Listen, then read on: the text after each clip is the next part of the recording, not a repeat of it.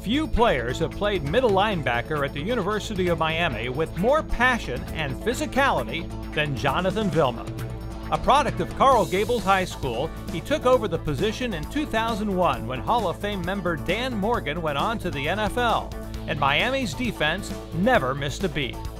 In Miami's national championship season of 2001, Vilma led the Hurricanes with 79 tackles, 54 of them solo. It was the first of 3 seasons in which he would lead the Hurricanes in tackles. And get something out of it. Oh, the ball comes out. Those are 2 of the most incredible tackles you'll see in football. This is a picture-perfect tackle. You dream of hits like that when you're a defender. Vilma recorded 377 tackles in his career, 4th best all-time for a Miami middle linebacker, only behind Hall of Fame members George Myra Jr., Michael Barrow, and Ray Lewis. Vilma was also a 2-time academic All-American and was a 3-time member of the Big East All-Academic team. In 2003, he received the Walter Krzyzewski Endowed Football Scholarship for his leadership, dedication, and inspiration for Miami football. Rick from the gun. Plenty of time. Whoop, hit as he threw. The ball is loose again. Nobody home except Vilma. And the little linebacker's got it, and he's heading to the end zone. This will be a Miami touchdown. A first-round draft pick of the New York Jets, Vilma was named Defensive Rookie of the Year by the Associated Press and led the NFL in tackles in 2005. As a member of the New Orleans Saints, he was a defensive captain as the Saints defeated Indianapolis in the Super Bowl in South Florida and was named to the Pro Bowl 3 times in his career. Off the field, Vilma has played a leading role in humanitarian efforts in Haiti, the home of his parents and family members. He established the Jonathan Vilma Foundation to build a school and aid in rebuilding efforts following the 2010 earthquake. Tonight, entering the University of Miami Sports Hall of Fame, Jonathan Vilma.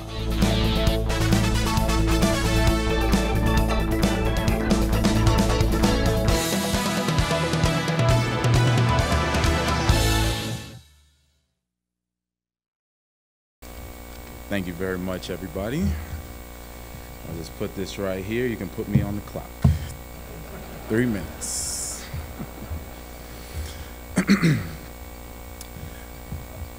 Seriously though, I am truly honored and blessed to be here today. I've always said that I bled orange and green from childhood, and never in my wildest dreams did I ever think that I'll be putting on a jacket saying thank you to everybody for inducting me into the Hall of Fame. This is something that has been in my heart, been in my DNA, been in my blood since I was literally 8 years old. And right now I stand here and I think back to the days when I was playing high school football, and I would watch Michael Barrows of the world, I would watch the Bermuda Triangle, I would watch the Ray Lewises of the world, and then try to emulate that in my high school football days. And I figured if I'm gonna play with the same passion, the same energy, the same heart, the same desire, well, somebody's gonna notice this 6 foot, 200 pound soaking wet linebacker down the street at Coral Gables. I said, if they just give me a chance, at a minimum, I know they're gonna get literally everything that I had. But I said at a maximum, they're gonna get a freshman All-American, they're gonna get a Buckets finalist, they're gonna get a 3-time academic All-American, they're gonna get someone they can brag about to the next generation of great Canes when they go to recruit. And I said, well, you know what? I can proudly talk about my accomplishments because it wasn't because of me. It was because of guys like Andrew Swayze, who I'm proud to say was the best thing that happened to me when I got to the University of Miami. Andrew Swayze took me in, and he took me to a level where I could have never gotten to myself. He demanded more than 100%, and he was tough day in and day out. I came into University of Miami, as I said, the lightest and the slowest linebacker. And if you don't believe me, take a look right over there at DJ Williams. DJ, just stand up so everyone can see. So This is my brother from another mother, but he did not speak to me all of our freshman year. And when he first came in, we thought he was a lab experiment, where we thought that they just fed him muscles and steroids until he was 17 years old and then came to the University of Miami. We didn't ask, who is that? We were like, what is that? But you know, back to Swayze. This is, you know, the competition I was dealing with. And, you know, Swayze in the weight room, he challenged me mentally. And the mental toughness superseded all the physical abilities. And for that, he kind of molded me, he molded me into the man I am today and to a person where I took that onto the field, where it wasn't about the physical abilities. That was going to come regardless. It was about the mental toughness. It was about the mental grind. It was about being more disciplined than your opponent, more disciplined than the next man, so that when it was fourth quarter, you can produce. With that, I was able to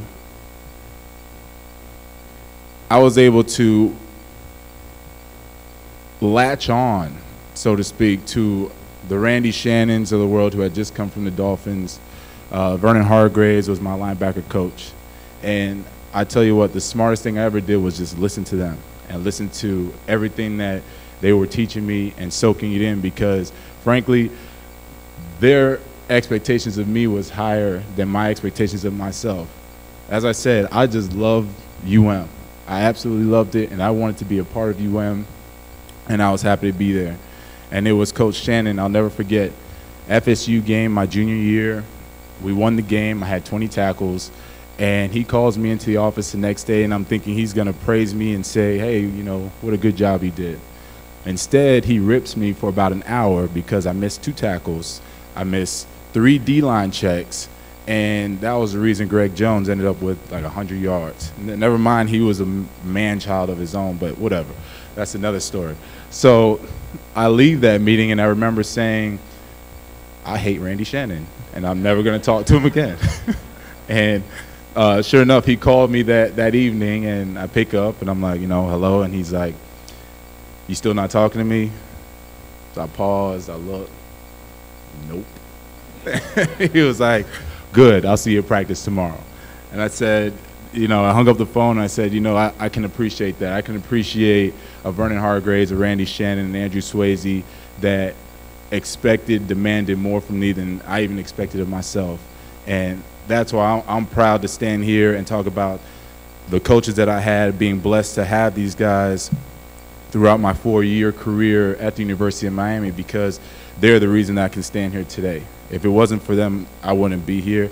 So Swayze, I know you're here. I wish Hargraves and Shannon were here, but they're not. Swayze, if you could stand up, I really appreciate everything you've done for me.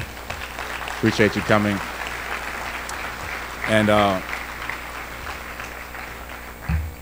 of course, I also want to thank my family. I mean, I can't say enough about my family, which is why, frankly, I just left you guys for last. I love you, and you know I love you, so I'll just leave it at that. To the Hall of Fame organization for even thinking of me. As I said, this was the last thing on my mind. I really appreciate it, Casey. I appreciate everything. And as I said, as always, go Canes. I love TheU, and thank you very much. Right on time. Well done. Congratulations. Thank you, John. Great job. Thank you.